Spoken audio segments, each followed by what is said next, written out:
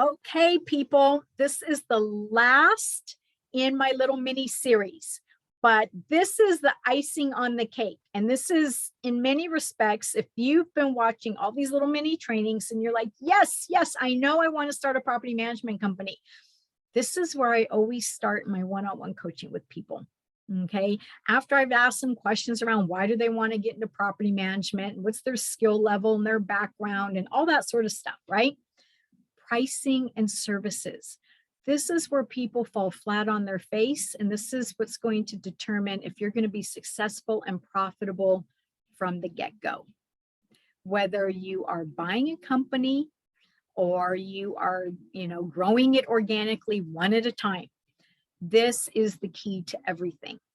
Because if you underprice yourself, oh my God, you're going to have twice as many doors to make the same amount of money. And now you've just created so much more work. Also, if you come in with the mentality of, okay, I'm new to property management, the way I'm going to enter my marketplace is I'm going to be the least expensive in the market. And I'm going to offer my property management services, we'll say like for 5%. Okay, so what type of clients are you attracting? You are attracting the people that want to pay the least amount of money and that are most likely going to expect you to deliver everything that the top tier property managers do. And because you are new to property management, you're going to do it because you don't know that you're giving it all away for free. And in short order, after a year or two, you are going to be burnt out and feel resentful because your client doesn't appreciate you. They're only with you because you're the cheapest. And then every time you get an estimate for maintenance or something, they're going to argue with you of why is it so expensive? Okay. So you don't want to be the cheapest in the marketplace, especially if you're growing organically, right? Now, if you're buying a business that has 500 doors, okay, you have instant income. And if you want to offer a promotion to, get a bunch more doors and you offer a promotion for limited time only at 5%, okay, that's different. I still wouldn't encourage that because of the type of clients that you'll be attracting. But guess what? You've already got income coming in from your existing 500 doors. You can afford to offer your services at a lower price point. But when you're starting out, which this is what all these mini trainings have been about, how to start a property management company, don't be the least expensive in the marketplace. Okay. Do your market research and find out what your competitors are charging. Okay. Then what are the services that you're going to offer? And maybe when you're starting out, you keep it simple. You do lease up services. You find the tenant, you put the tenant in the property and you manage it full time. Maybe you only do full-time management. And once you kind of get that dialed in and you have all your systems and processes in place, then maybe you expand it to offering what we call tenant placement, where you advertise, you find the tenant, and you do all the lease paperwork and the tenant moves in and then the owner manages it moving forward.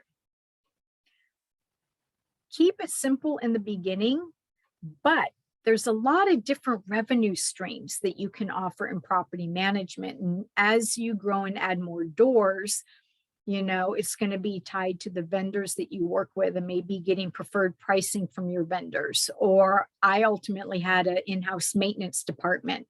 And it wasn't with the intent to make money. This is the other thing I would say. You do not want to build a business pursuing the dollar. Yes, we want to make money, but if you're providing exceptional customer service and you're managing that property and you really care about meeting the owner's needs and you're providing the right services, the profit will be there. You will be compensated for what you do, okay? Whereas if you're just chasing the dollar, okay, yes, the money may pay the bills, but in short order, you've got to have more of a why than just the dollar. You need to be connected to, I love helping people. I want to get the best return on investment for my owner. I like putting quality tenants in the property. All these things and how you deliver on that service is what's going to count.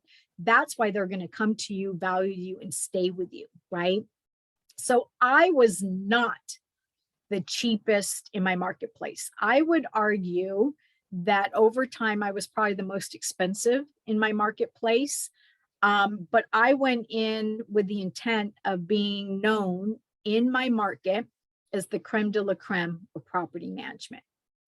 So I wanted to manage kind of the best properties and work with the best owners. And there were times where I took on properties that were in good neighborhoods, but the properties had a lot of deferred maintenance or, yeah, either the owner lived in it for a long time or it just needed to be kind of brought up to modern standards. But the owners were lovely and the owners were willing to invest in their property. Okay, great. I will take a property that needs some work if we want to get quality tenants in there. If you're willing to invest in it, and I will get prices for you and we'll work on a plan and we'll do all of that, but it has to be in the right neighborhood. I am not going to take a bunch of crappy properties because in our industry, we say garbage in, garbage out. And that applies to owners, tenants, the property.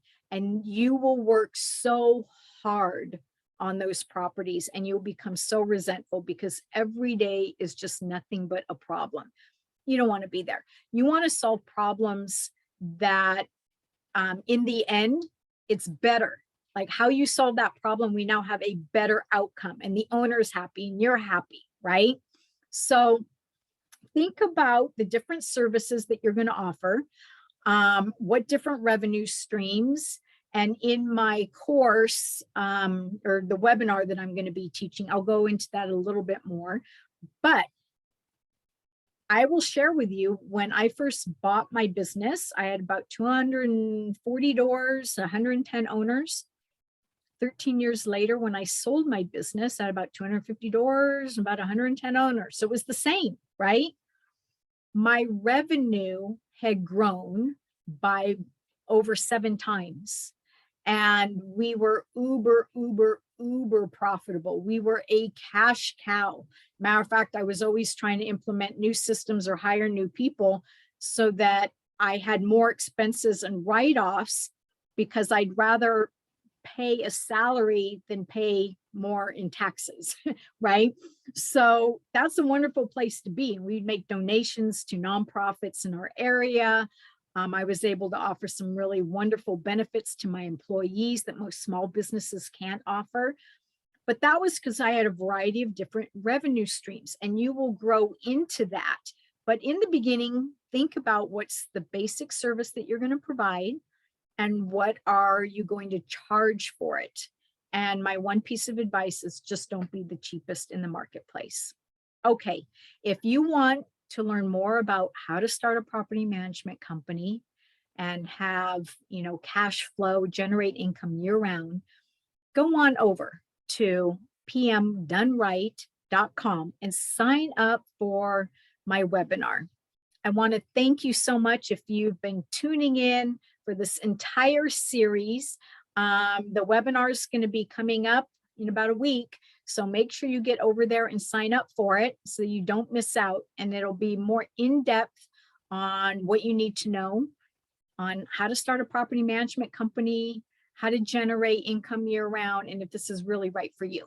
So thanks again for being part of this mini series. I so appreciate you showing up, and I hope to see you at the webinar. Thanks. Bye.